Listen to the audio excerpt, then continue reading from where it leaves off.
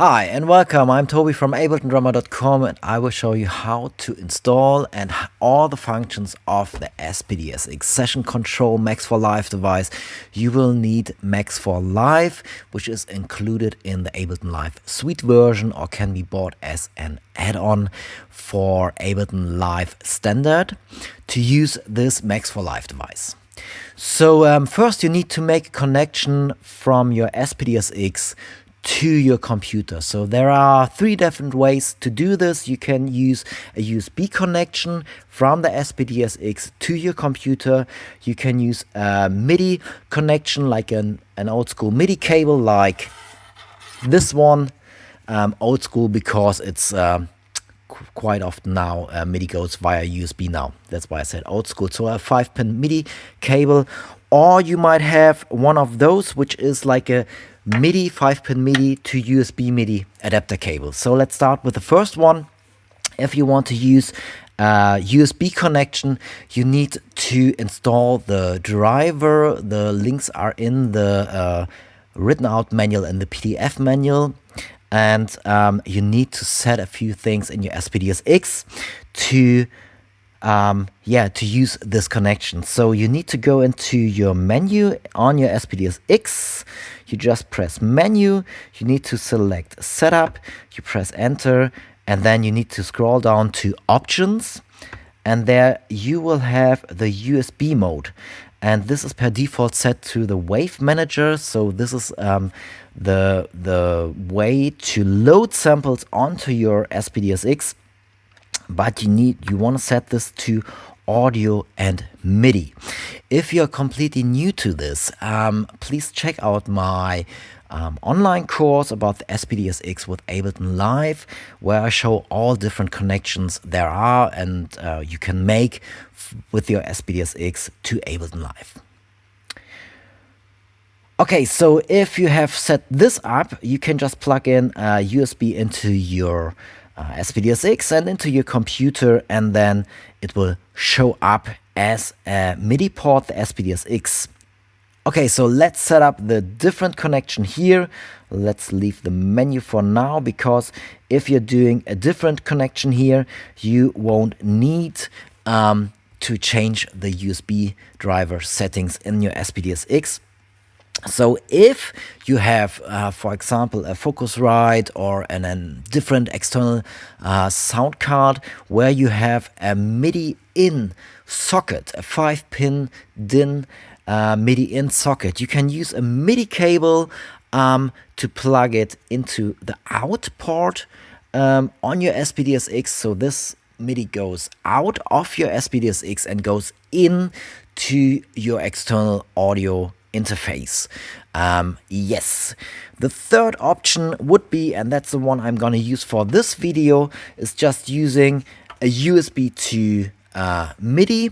So this one goes into the MIDI out of my SPD-SX, sending MIDI out from the SPD-SX, and this one goes into my computer.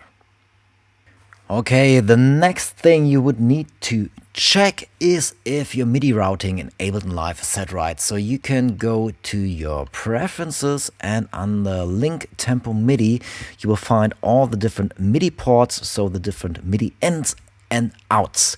So in my case, I'm using this USB to MIDI converter, which is called the Easy MIDI Mate.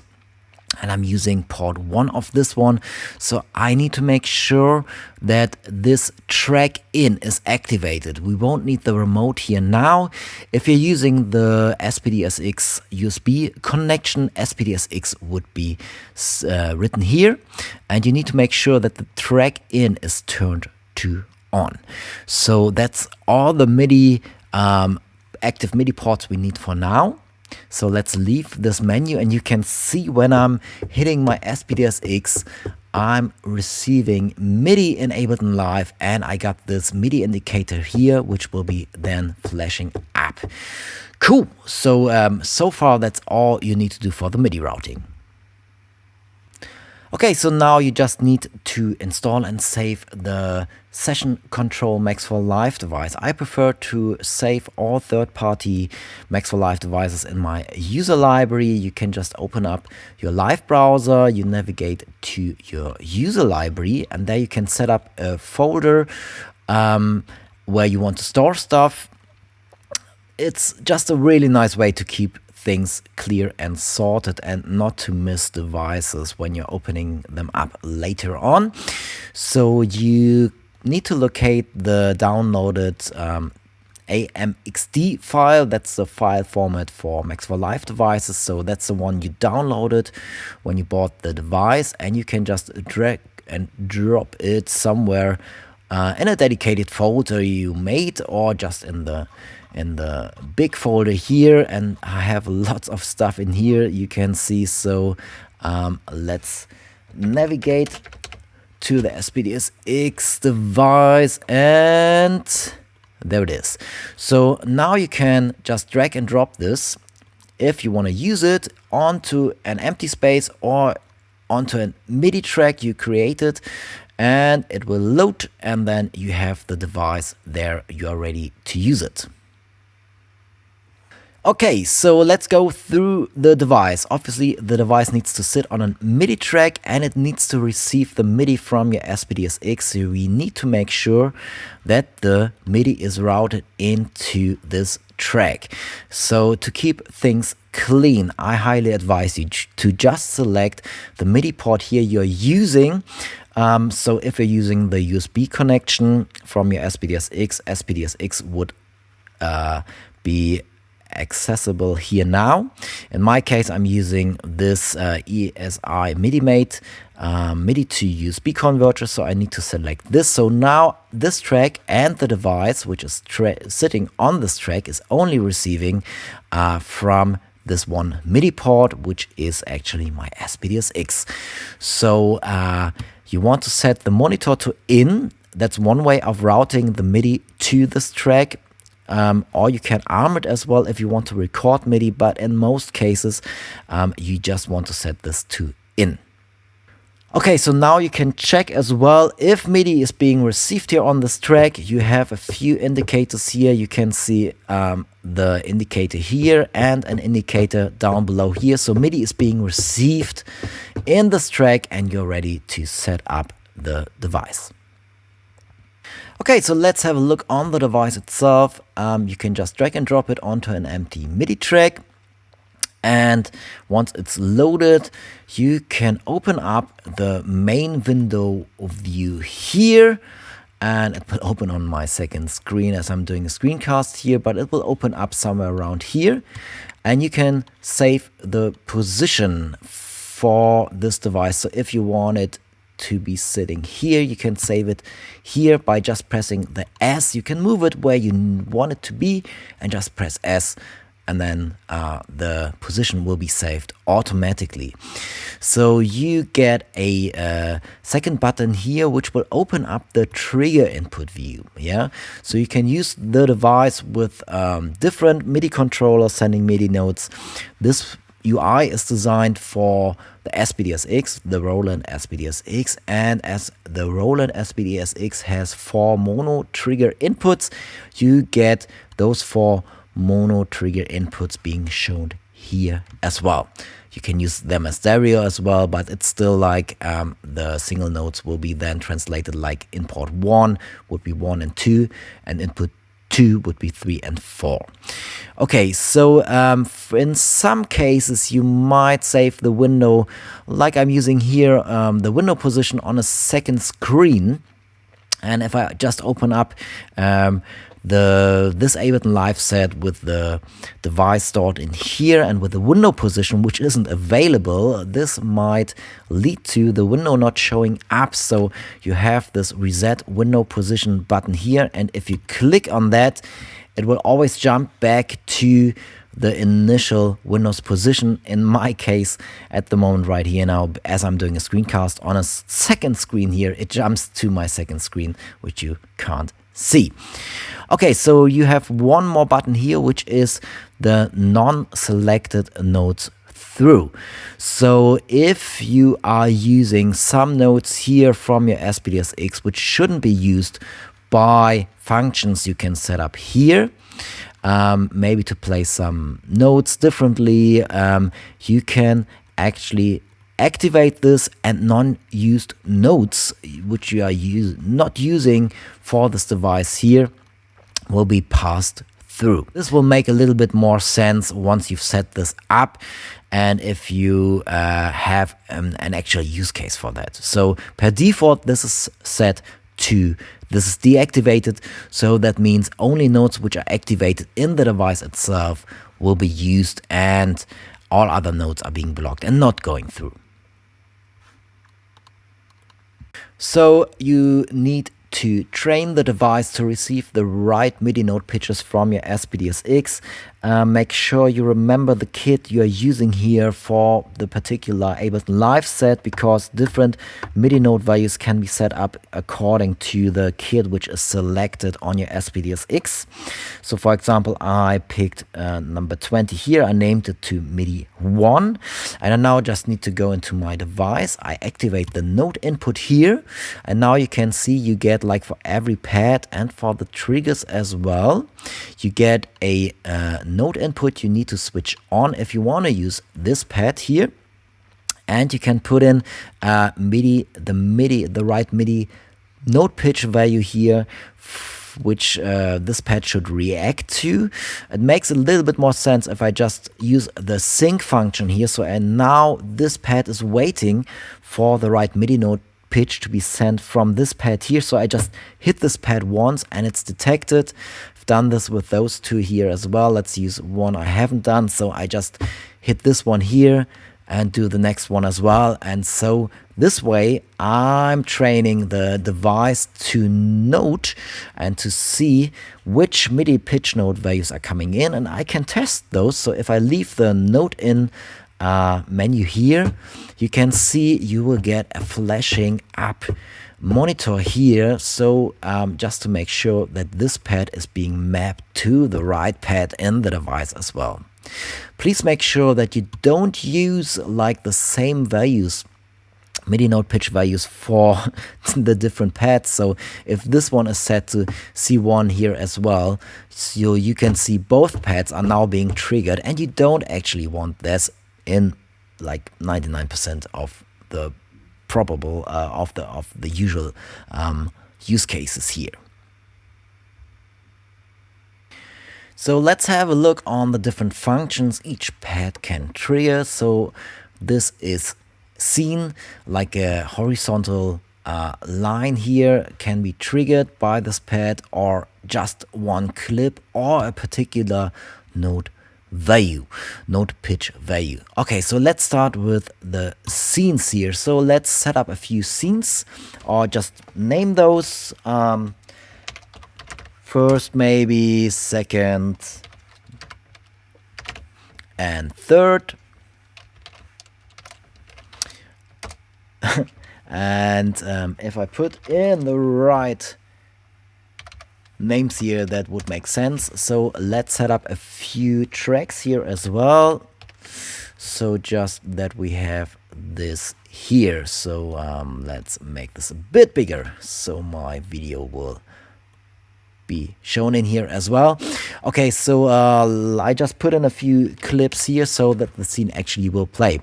So if I want to map a scene to this pad, I just can press the D for detect, and I first want to select the scene I want to map. So let's select the first scene here, click D for detect, and you can see it's already detecting this scene here. And now if I hit this pad here, you can see the first scene is being triggered. So let's do this with more pads here.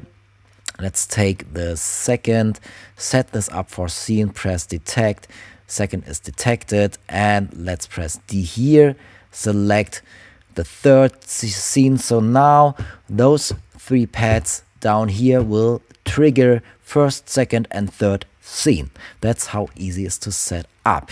You can check your functions here as well. If your SPD-SX or your MIDI controller is not around, you can as well click on those number buttons down here below, the red ones, and they will trigger the currently selected action as well. Triggering clips is set up a really similar way. So let's set those all to clips, and let's name the clips. First clip, let's name it clips so we are not getting confused with the scenes. Second clip and third clip. So I highly advise you to name those clips and name them right, because if you have a huge set in the end you're using for backing tracks or for some other stuff, it will help you to know actually which clip you are triggering here and you can monitor this via the name. So the same works here. I select the clip I want to map to this pad, press detect, or I can press detect first and then select the clip I want to use, and do this with the third one here as well. And now I can monitor this. Yeah, it's all being triggered, starting on the next one, and with the pads as well.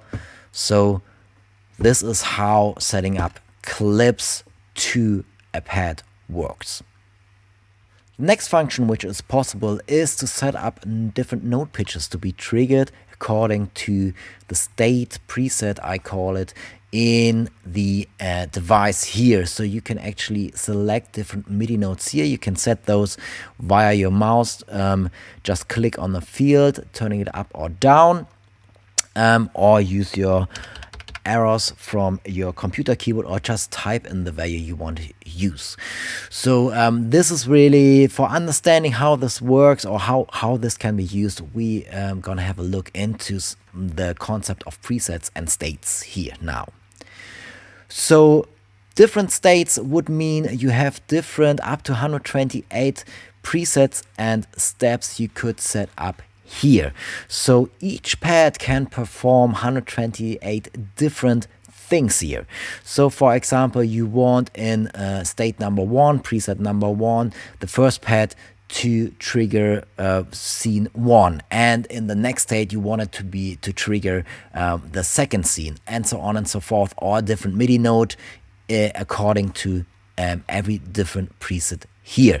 So to set up a preset, you can just select the preset, then put in the stuff you want to do here. So let's do this. So let's say the first pad should trigger scene number 1.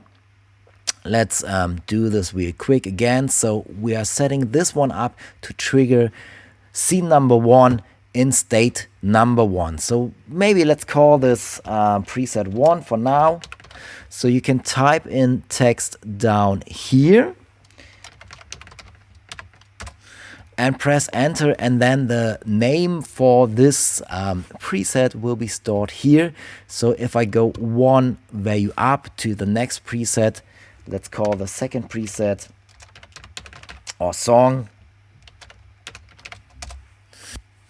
And you can see here you can't have huge names, which is sometimes good to do. So let's change this again to second pre-song, maybe like this, so that fits. Okay, so let's set this first pad up here again for triggering scene number 2 in the song number 2. Let's turn those off for now so it's really obvious. So let's go to the third preset, so I can move and select presets with this dial here, or by using those arrows here to go one preset down, one preset up. So now I'm selecting the third preset here.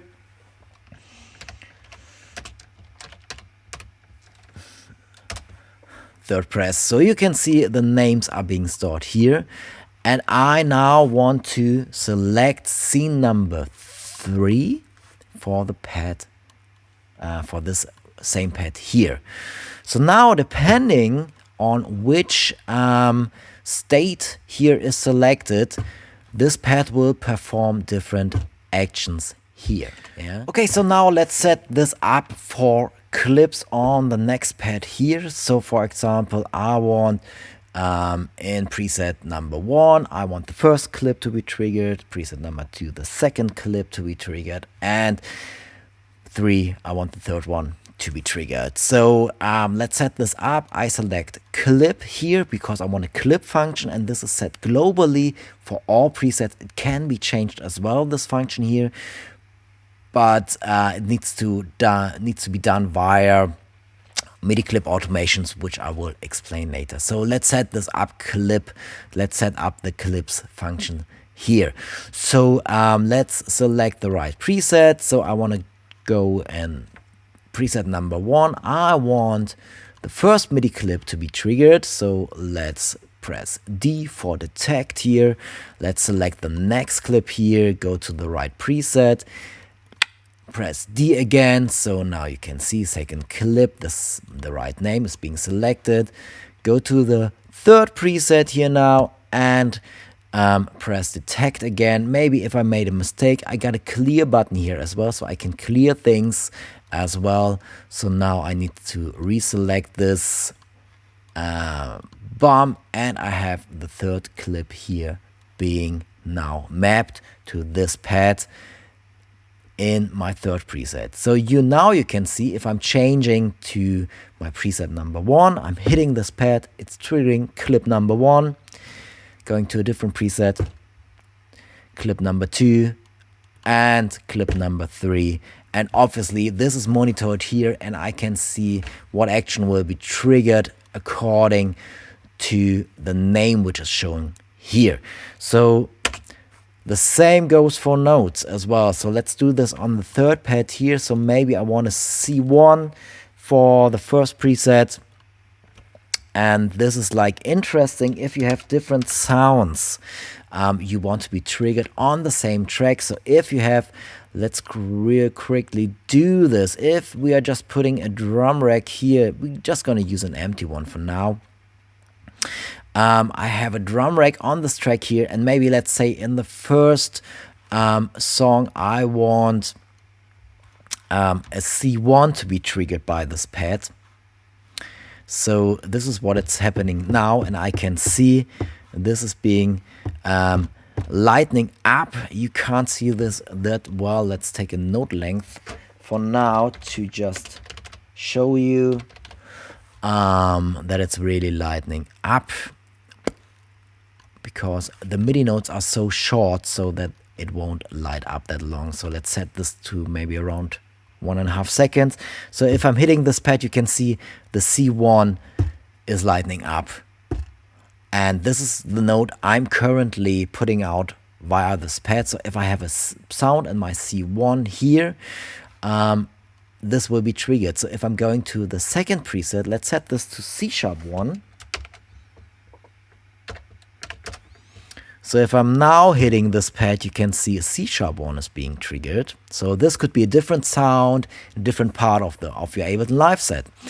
And the same goes for the next one, third preset. Let's put in a D1, so it's chromatically going up. So if I'm hitting this now, you can see the D1 is now being triggered. Yeah, so depending on which preset is actually being selected here, I'm playing a different MIDI note via the same pad. And this all works for sessions, for clips, and for MIDI notes. So you get a lot of control. Like each pad can control 128 different things here, depending on which preset, which state I call this, is being selected. So you now might ask yourself, but how do I change between those different states here? So actually you are able to do this in various ways, and that's depending on your full band setup and who's controlling that. So One example is you can use the external MIDI map function here. So you can use the MIDI remote access here for external MIDI controllers to control the state dial as well, or the arrow up, arrow down. Let's do this really quickly with the key function here as well. So let's use and map my 1 and 2 maybe to going up and down. So I use number 1 and number 2 from my MIDI keyboard. I have to leave the key map menu here again. You can do this via the MIDI map menu with a MIDI controller. So now if I'm pressing my button 2 and my button my key 1 and 2 here, I can cycle through those different presets here. So you can set this up as well via direct MIDI note input. So you can use your some pads here as well, going directly into the device, into the track here. So if you select note in again, you can see you have 2 note inputs here. You can select and you can sync those. So let's quickly do this via those 2 pads here. So now if I leave the note in menu again, you can see those arrows are being triggered by my pads here as well. So that's another function here as well. You can use as well, and that's very special to the SPD-SX, you can use the master audio effect buttons here, because they can send MIDI as well. But first you need to activate those. Let's quickly do this on the SPD-SX here. You need to go into menu, you need to go into setup, you need to select MIDI, and there you need to go to the CTRL control tab here, and on the 3rd row you have master effect select CC, and you first need to switch them on in the 2nd row. I forgot that. So you need to switch the CC receive and send TX and RX switch. You need to set this to on, and then you go into the 3rd row, and there you need to define on which MIDI CC number values should be sent. You need to remember this number. I usually use number 4. Exit this, and now you need to set activate this on the device, on the Max for Live device as well. You select note in here, and then you need to switch on the FX button here, and you need to put in the same MIDI control change number here. So in my case, this is number 4. If you select number 4, that's fine as well. So we can switch those on. So this to off again, the note inputs. Let's deactivate the note input view. And now my filter and delay buttons here will trigger state up and state down. So this is really the only thing which is only working on the SPD-SX, because you have those buttons here and they are set to a certain MIDI value being sent on a definable MIDI control change number. This is the number 4 I used here. So you can now actually change presets via your SPD-SX with one button here going up and down. Another cool feature here is if you only use, let's say, 3 states like we're doing here in this example, you can set this down to 3 here, number of states. So when I'm now reaching number 3 and go 1 up, it jumps to the first one again. So I'm just cycling through 3 different states here now. So in some use cases, you want changes of states to be automated, so they should change without external MIDI coming from you. Maybe you select a different scene or something, so you can set this up to change automatically as well via MIDI dummy clips. So let us do this. So on the track itself where the device sits, you can create a MIDI clip, an empty MIDI clip, you just by double clicking on an empty MIDI clip slot. So this looks a little bit different in Ableton Live 10. You need to go to the envelope section, and 11 you need to select the envelope view here. So now you can select the state dial parameter here, and you can set a breakpoint here by just clicking on the red line, and you can move this up or down depending on which state you want to select. So let's set the tempo down here a little. So if I now start this clip, you can see the state is automatically being selected here. The different state is automatically being selected here. So in most use cases, what you want to do is you actually just want one breakpoint. You don't want a loop, because you usually just want this to happen once. So you can set this, for example, down to 2. So let's name this clip here 2. Let's create another clip, just duplicate it by Command D, and let's set this to 1.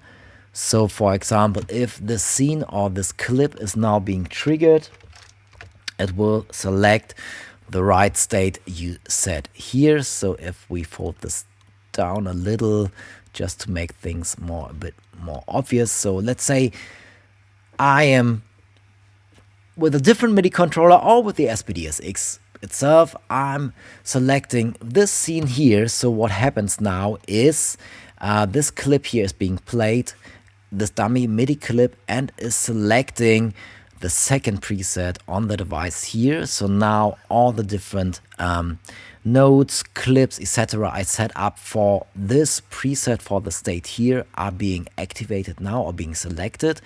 And if I fire the second scene here, you can see the first clip is being, or the according clip, the clip sitting in this scene is being triggered, and it will trigger the state change here. So if we just do this via this clips here, you can see if this clip is being fired, it selects the second preset, and the same for the first preset if we fire the other clip here. Okay, so as I said earlier in this video, you're able to change the function of one pad. So let's focus on one pad only.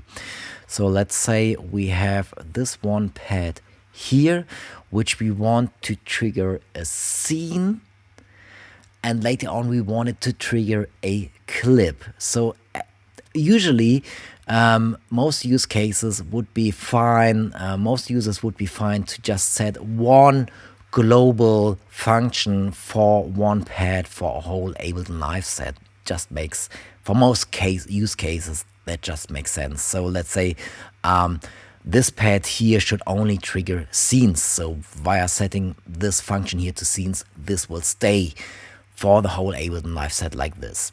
However, in some use cases, this might change, and you want this same pad to trigger a scene and to trigger later on different clips. So what you want to do now is, so let's clear this all for now so it's a little bit more obvious. Let's delete the state dummy clips change here for now, and let's clear all those different things we have in here just to set this up real clean. Okay, so we now only have this one pad here, which is triggering number 7 and number 5 as well. Let's make this right. Let's turn this off for now. Okay, so only number 7 pad is mapped to this pad here. C1 is a MIDI node, so we can monitor this here. So let's say this should be trigger the scene in the first part of your set. So we want to make sure to set an audio dummy clip up here. Just double click on an empty clip slot, deselect the loop. Most cases you won't need the loop, and you have different parameters here for every pad and for the trigger inputs here as well. So you first need to find the right parameter. So by just clicking on that, you can see it already selects the right parameter here. We are on pad 7 and we want the pad selector is called, selecting the different function here. And you can see when I'm moving over this red line here, I could set a breakpoint to do different things. So I can set it to off, scene, clip, or note. So let's say we want this to trigger a scene. This is the function here. And then later on, we want it to trigger a clip. So let's name those dummy clips again. Scene. And let's duplicate this one. Let's set it down here maybe. And let's call this clip. And let's set the envelope, the automation here on this clip to scene. So just moving the breakpoint one up, you just hold your mouse down on the breakpoint, and then you can scroll your mouse up, move it up, and this way you will select the different function here. So if I'm triggering this second clip here now, you can see it selects a clip function here. And if I'm triggering scene, it will trigger a scene function here according on the automation you set up here. So this way, a pad is not set globally to one function only anymore. You can go really deep and quite modular here and having different pads doing different things like scene, clip, or note, or turn them off, for example, later on in the set. So as I said in the beginning of this video, this is more like a video manual on how to use all the different functions. If you want to put it into a practical concept here, this might be at some places too much of an information. So please check out those other videos here where I show you a more faster and quick start guide on for different use cases on how to set up the SPD-SX Session Control device. Okay, so I have a few more devices, Max for Live devices for the SPD-SX, especially for the SPD-SX, and please check out my newsletter, my homepage, etc. If you have more questions, I do online teaching as well. So if you have some special wishes here, just ask me. Maybe I have made a Max for Live device for that already, and I can maybe help you solving your problems. Okay, cool. Take care.